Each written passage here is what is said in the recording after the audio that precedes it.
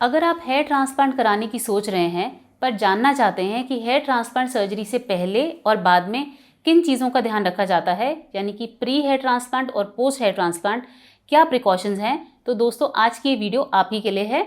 नमस्कार दोस्तों, मैं हूं doctor Urvashi Chandra. I am a dermatologist. I am also certified by the American board of hair restoration surgeons और पिछले 13 साल से दिल्ली में मैं हेयर ट्रांसप्लांट प्रैक्टिस कर रही हूँ। तो आइए देखते हैं, सबसे पहले समझते हैं हम pre hair transplant surgery care. तो दोस्तों ये जो केयर है ये हमारी 1 वीक पहले से ही स्टार्ट हो जाती है। अगर आप अपने स्कैल्प पे मिनॉक्सिडिल लोशन लगा रहे हैं तो इस चीज़ को हमें सर्जरी से 1 हफ्ता पहले लगाना बंद कर देना है। ऐसा हमें क्यों करना होता है? क्योंकि मिनॉक्सिडिल लोशन से आपके स्कैल्प का ब्लड सर्कुलेशन बढ़ता है और सर्जरी के दौरान थोड़ी सी ज़्यादा ब्लीडिंग होने के चांसेस हो जाते हैं। इसलिए मिनॉक्सिडिल लोशन हमें सर्जरी से 1 वीक पहले ही स्टॉप करना है। सेकेंड पॉइंट जो आप हमारे पास आता है वो ये है कि अगर आप किसी भी तरह की मेडिसिन खा रहे हैं, जैसे कि मल्टीविटामिन्स या ब्लड थिनर्स या कोई भी और दवाई किसी भी और मेडिकल कंडीशन के लिए, तो अपने डॉक्टर से ज़रूर शेयर करिए। हो सकता है कि आपके डॉक्टर कुछ मेडिसिन को बंद करना चाहें। आइए अब देखते हैं कि सर्जरी के बाद हमें किन चीज़ों का ध्यान रखना होता है। तो दोस्तों अगर हम सर्जरी वाले डे को डे 1 माने तो डे 1, 2 और 3 पे हमें सेलाइन वाटर अपने इम्प्लांटेड एरिया पे, यानी कि जहाँ पे हमने ग्राफ्ट्स डाले हैं उस एरिया पे हमें सेलाइन वाटर स्प्रे करना होता है हर आधे आधे घंटे में। ऐसा हमें क्यों करना है? इसीलिए क्योंकि जो हमने नए ग्राफ्ट्स डाले हैं उनको ब्लड सर्कुलेशन डेवलप करने में, यानी कि वहाँ पे पकड़ जमाने में कुछ टाइम लगता है। तो जितने टाइम तक वो ब्लड सर्कुलेशन नहीं डेवलप करते उतने टाइम तक हमें उनको ऊपर से सेलाइन स्प्रे करना है ताकि वो ग्राफ्ट सूखे ना और हाइड्रेटेड रहें। आइए देखते हैं अब सेकंड पॉइंट जो है वो ये है कि हमें मेडिसिन अपनी एग्जैक्टली वैसे ही लेनी है जैसे कि डॉक्टर ने सजेस्ट करा है। अक्सर से हेयर ट्रांसप्लांट के बाद में एंटीबायोटिक्स दी जाती हैं, कुछ टैबलेट्स दी जाती हैं जिससे कि सूजन वगैरह कम रहे। तो जिस भी तरह से आपको डॉक्टर ने प्रिस्क्राइब किया उस तरह से आपको अपनी मेडिसिन लेनी है। थर्ड पॉइंट जो बहुत इंपॉर्टेंट है वो आता है हमारा स्लीपिंग पोजीशन। इस चीज़ में काफ़ी कन्फ्यूजन रहती है लोगों को कि क्या हम करवट पे सोएं, पीछे की साइड सोएं। आप अपने हिसाब से अपना स्लीपिंग पोजीशन डिसाइड कर सकते हैं। सिर्फ हमें इस चीज़ का ध्यान रखना है कि हमारा जो इम्प्लांटेड एरिया है, यानी कि जहाँ पे हमने फ्रेश ग्राफ्ट्स डाले हैं, उस एरिया को हमें कहीं पे भी टच नहीं होने देना चाहिए। यानी कि किसी भी पिलो पे या किसी भी बेडशीट पे हमारे ग्राफ्ट्स टच ना हो। तो अगर आपका फ्रंट एरिया में ट्रांसप्लांट हुआ है तो आप डोनर एरिया के बल पे सो सकते हैं।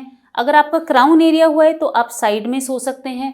बट ध्यान इसी चीज़ का रखना है कि ग्राफ्ट्स किसी भी सरफेस को टच ना करें। फोर्थ चीज़ जो है दोस्तों, हम समझते हैं कि हेड वॉश हमें किस तरह से करना है। तो डे 1 पे जब सर्जरी होती है उसके बाद में डोनर एरिया पे एक बैंडेज लगता है। बैंडेज जो है 24 आवर्स के बाद में उतर जाता है। जब आपका बैंडेज हटता है तब डोनर एरिया वॉश करना होता है। वॉश के बाद में आपको एंटीबायोटिक ऑइंटमेंट लगानी है।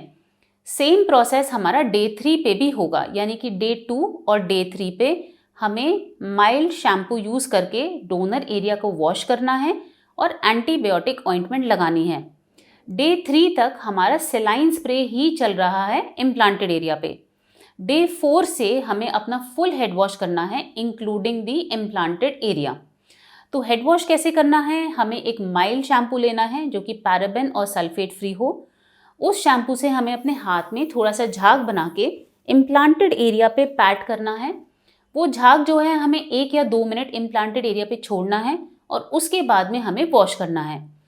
हमें इनिशियल 2-3 दिन तक बिल्कुल भी रब नहीं करना, उसके बाद में हम हल्का हल्का सा रब कर सकते हैं।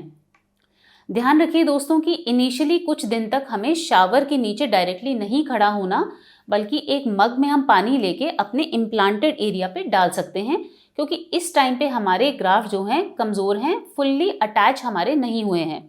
तो हमें बहुत ही हल्के हाथ से ही वॉश करना है। डे 10 पे, यानी कि जब सर्जरी को 10 दिन हो जाते हैं, तब हम अपने इम्प्लांटेड एरिया को अच्छे से स्क्रब करके भी वॉश कर सकते हैं, क्योंकि डे 10 तक हमारे जो ग्राफ्ट्स हैं वो प्रॉपरली अटैच हो जाते हैं और उनका निकलने का या किसी भी तरह के डैमेज का कोई चांस नहीं होता। तो डे 10 पे जब हम प्रॉपरली रब करते हैं उस टाइम पे हमारी सारी खुरंट और जो स्कैब्स होते हैं जो इम्प्लांटेड एरिया पे होते हैं वो हट जाते हैं और हमारी स्किन बिल्कुल क्लीन हो जाती है। डोनर एरिया जो है हमारा मुश्किल से 2 से 3 दिन के अंदर कंप्लीटली हील हो जाता है, भर जाता है। इम्प्लांटेड एरिया यानी रेसिपिएंट एरिया जो है उसको क्लियर होने में करीब करीब 10 दिन लग जाते हैं। 10th डे पे जब आप वॉश करते हैं तो आपकी सारी खुरन क्लियर हो जाएगी। अब समझते हैं कि इसके बाद में हमारी हेयर ग्रोथ किस हिसाब से होगी और रिकवरी टाइम क्या है। तो 10th डे से आपको मिनॉक्सिडिल लोशन दोबारा से स्कैल्प पे लगाना स्टार्ट करना है। इसका पर्पज़ ये है कि ये ना ही सिर्फ ट्रांसप्लांटेड हेयर को भी एक ग्रोथ के लिए बूस्ट देता है, ट्रांसप्लांटेड हेयर को भी थोड़ा सा घना करता है, बल्कि आपके जो एग्जिस्टिंग बाल हैं उनको भी बचाता है, ताकि आपका जो जेनेटिक पैटर्न का हेयर लॉस है वो और ना बढ़े। तो मिनॉक्सिडिल लोशन जो है हम डे 10 से रोज़ लगाना स्टार्ट कर देंगे।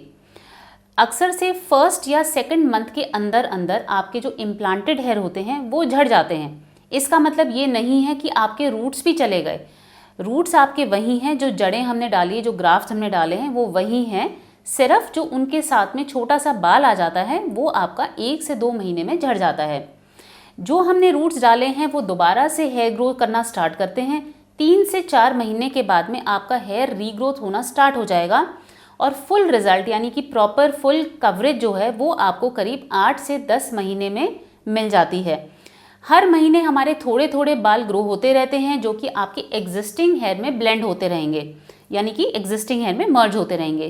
तो ट्रांसप्लांटेड हेयर की ग्रोथ जो है वो तो करीब 8 से 10 महीने में होगी, मगर आपके जो ओरिजिनल बाल थे, जो हमने सिर्फ ट्रिम किए थे, वो इमीडिएटली ही ग्रो होना स्टार्ट हो जाते हैं एंड विद इन 15 डेज आपका पता नहीं चलता कि आपने कोई ट्रांसप्लांट कराया है, कोई प्रोसीजर कराया है, क्योंकि कंप्लीटली आपकी स्किन हील हो जाती है और बाल भी आपके ग्रो होना स्टार्ट हो जाते हैं। तो दोस्तों ये थे हमारे pre and post hair transplant care instructions. I hope ये आपको वीडियो इन्फॉर्मेटिव लगी, और ऐसी बहुत सारी इन्फॉर्मेटिव वीडियोस मेरे चैनल पे हैं, तो चैनल को ज़रूर सब्सक्राइब करिए ताकि आपको हेयर लॉस और हेयर ट्रांसप्लांट से रिलेटेड वीडियोस मिलती रहें। बेल आइकन को ज़रूर दबाइए ताकि न्यू वीडियो आते ही आपको सबसे पहले नोटिफिकेशन मिल जाए।